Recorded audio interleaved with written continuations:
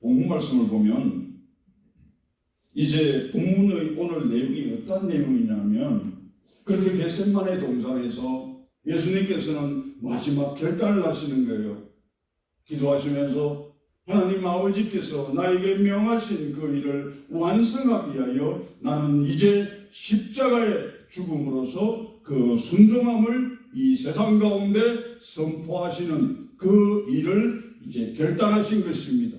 그렇게 하였을 때 이 겟세마네 동산은 처음에 아담과 하와가 죄를 범하여 쫓겨났던 에덴 동산이 아니라 이제는 하나님께서 새로운 일을 열어가시고 새로운 역사, 생명의 역사, 그리고 제사함의 역사를 일으킬 겟세마네 동산으로 하나님께서 허락하여 주셨던 것입니다. 그 겟세마네 동산에서 이제 십자가 사건은 시작될 것입니다. 여러분의 마음 가운데서도 지금 이 시간부터 여러분에게 하나님께서는 능력 주시고 지혜 주셔서 십자가 사건을 시작하는 여러분이 되시기를 축원드립니다. 본문 말씀을 보시게 되면 말씀하실 때 12 중에 하나인 유다가 왔는데 대제사장들과 백성의 장로들에게 파송된 큰 무리가 칼과 여기서 뭉치는 몽둥이를 말합니다. 가지고 그와 함께 하였더라. 오늘 본문 말씀에 나오는 이 가롯 유다에 대해서는 우리는 믿지 않는 분이나 믿는 분이나 모두가 다 잘 알고 계실 것입니다. 그러나 이 가롯 유다에게는 어떠한 마음이 있었냐면 우리가 성경 말씀을 쭉 살펴보면 가롯 유다가 특별하게 제자들과 함께 어우러져 가는 그 삶 가운데서 특별하게 잘못되어진 부분은 극히 없었습니다. 그러나 이 가롯 유다에게 어떤 일이 발생했냐면 그의 생각 가운데 사단과 마귀가 들어왔을 때 그는 예수님과 함께 생활하는 제자의 삶이 아니라 그 마귀의 종노릇하는 삶으로 이용되어져 버리는 최악의 경우를 맞이하게 됐던 것입니다. 그러함을 예수님께서는 그럼 모르시고 계셨느냐? 예수님께서는 본문 말씀을 통하여 또 성경 말씀을 통하여 다 말씀하여 주고 계셨습니다. 한 사람이 나를 팔 것이다. 함께 그릇을 손은 자가 바로 나를 팔 것이며 태어나지 않았으면 좋았을 뻔한 그 사람이 바로 유다이고 내게 입을 맞추는 자가 가롯 유다일 것이라며 하나님은 이미 알고 계시면서 하나님의 그 말씀 우리 주 예수 그리스도께서 그 이루시고자 하는 그 순종의 삶을 보이시기 위하여 결국 알고 계시면서도 그것을 그 몇 차례의 말씀을 통하여 알려주었지만 깨달은 자가 없었더라. 깨달은 자가 없었다는 것입니다. 그리하여 48절에 보면 예수를 파는 자가 그들에게 군우를 짜이르되 내가 입 맞추는 자가 그이니 그를 잡으라 한지라 이렇게 말씀하고 있습니다. 그때는 이제 어둑한 아마 저녁이었을 것입니다. 그러면 사람을 분별할 수 없지 않습니까? 그랬을 때 서로의 시그널을 주고받은 것이죠. 그래서 이 가롯 유다가 예수님께 다가가서 입을 맞추었을 때 그 사람을 바로 잡아가라는 그러한 신호를 주었던 것입니다. 그렇게 되니까 이제 그런 나와서 예수께 나와 라비어 안녕하시옵니까 하고 입을 맞추니 여러분 우리가 보통 안녕하십니까 say hello 그 인사하는 것은 내가 이 사람을 잡아서 저들의 손에 넘기기 위하여 그런 사람이 어떻게 그 입술로 안녕하십니까 선생님이요 그렇게 어떻게 인사할 수 있겠습니까? 그 이미 가롯 유다의 마음에는 그 언어를 통하여서도 그 거짓이 완전히 드러나 버린 것입니다. 그리하여 입을 맞추게 되니까 예수님께서는 이미 알고 계신 우리 주 예수께서는 뭐라고 대답하십니까? 친구야, 내가 무엇을 하러 왔는지 말씀하십니다. 하나님께서 우리의 모든 것을 다 알고 계시는 것입니다. 천지 만물을 창조하신 하나님께서 그 무엇을 모르시겠습니까? 그랬을 때 우리는 그것을 깨닫고 알아가기 위하여 우리가 할 수 있는 것은 무엇입니까? 말씀에 따르고 순종하며 그러한 삶을 기쁨으로 자유하며 살아내는 것입니다. 51절의 말씀을 보면 예수와 함께 그러한 상황이 되었을 때 이제 예수와 함께 있던 자가 그 베드로가 자기가 가지고 있던 그 칼 주머니에서 칼을 꺼내어서 어떠한 일을 일으킵니까? 내 칼을 도로 그 제사장의 종의 길을 잘라버리는 그러한 일을 벌이게 됩니다. 그랬을 때 52절에서는 예수님께서는 내 칼을 도로 칼집에 꽂으라. 칼을 가지는 자는 다 칼로 망하니라 말씀하십니다. 그것은 무엇이냐면 우리 인간과 인간은 그 생존의 길에 있어서 우리가 가지게 되는 그 복수심과 그 마음은 결코 선을 향하여 나아갈 수가 없다는 것입니다. 복수는 무엇을 낳는다? 복수를 낳습니다. 마찬가지로 사랑은 사랑을 낳게 되어 있습니다. 사랑을 그것을 배신하는 그런 행위, 그것이 바로 이제 이스라엘 백성들이 이제 예수님과 함께 3년의 그 시간을 보냈던 제자들이 이제 예수님을 배신하게 되는, 배교하게 되는 그런 사건을 일으키게 되는 것입니다.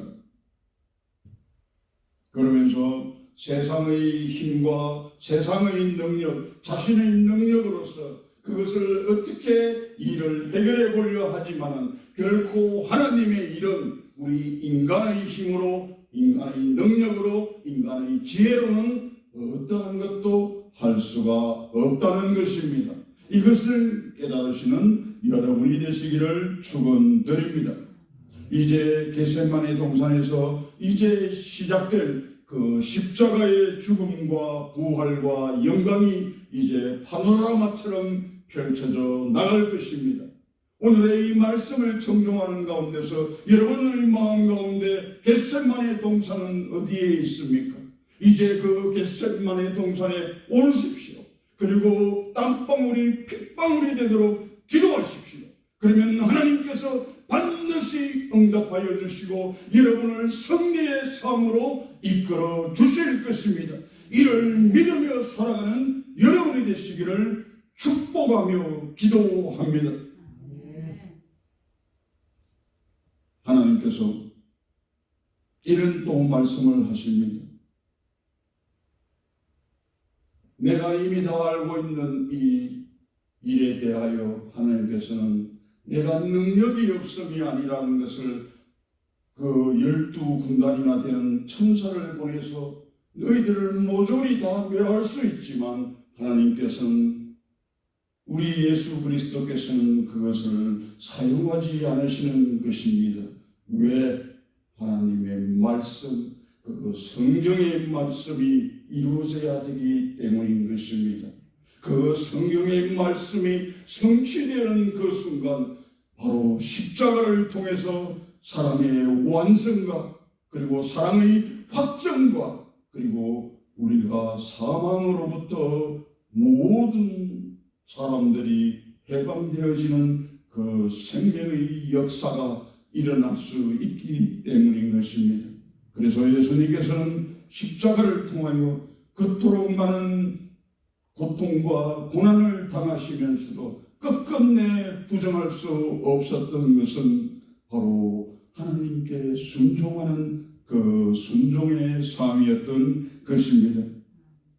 그래서 다른 비유를 들지 아니하고 54절에서 말씀하여 줍니다. 만일 그렇게 하면 이 일이 있으리라 한 성경이 어떻게 이루어지겠느냐. 내 생각과 내 경험과 내 지식은 그것을 내가 행하며 나아가는 것이 아니라 우리의 시간 공간 가운데 들어오셔서 우리에게 만왕의 왕이신 예수 그리스도가 우리 눈에 보임에도 불구하고 우리 모든 사람들은 그분을 메시아로 그리고 살아계신 하나님의 아들임을 어느 누구도 알지 못했다는 것입니다.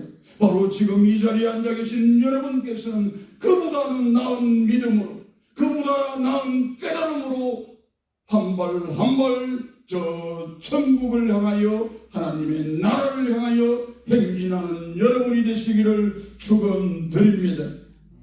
56절에 말씀하십니다. 예수께서 우리에게 말씀하시는 거예요. 너희들이 지금 나에게 이렇게 몰려와서 몽둥이를 들고 칼을 들고 몰려온 것은 강도를 때려잡기 위한 것이 아니냐. 그런데 내가 너희들에게 강도로밖에 보이지 않았느냐. 사람들은 모두가 그를 예수 그리스도를 메시아요 살아계신 하나님의 아들이라고 어느 누구도 알지 못했단 말입니다. 지금 우리도 마찬가지인 것입니다. 우리의 마음 가운데 우리의 삶 가운데서 살아계신 하나님을 향하여 우리의 발걸음을 옮기고 우리의 마음을 내어놓고 그들을 향하여 그 하나님을 모르고 하나님을 떠나는 자들을 향하여 부르짖으며 울부짖으며 기도하는 우리가 되어야 하지 않겠습니까? 그 크신 하나님의 사랑 그리고 우리의 죄가 얼마나 큰가를 우리는 예수 그리스도의 죽음을 통하여 잘 보지 않았습니까?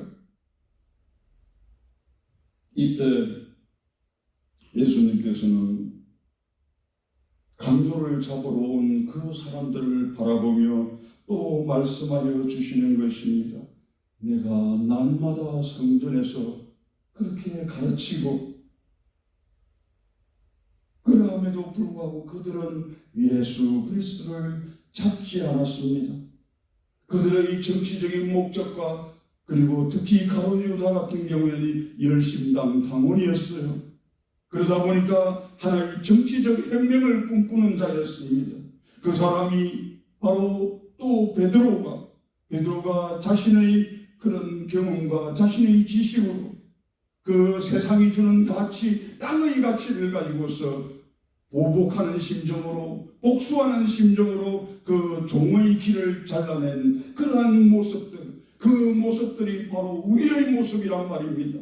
우리는 아니라고 고개를 절레절레 흔들 수가 없는 것입니다. 그것이 바로 우리의 깨닫지 못한, 우리가 기도하지 못한 그런 결과인 것입니다.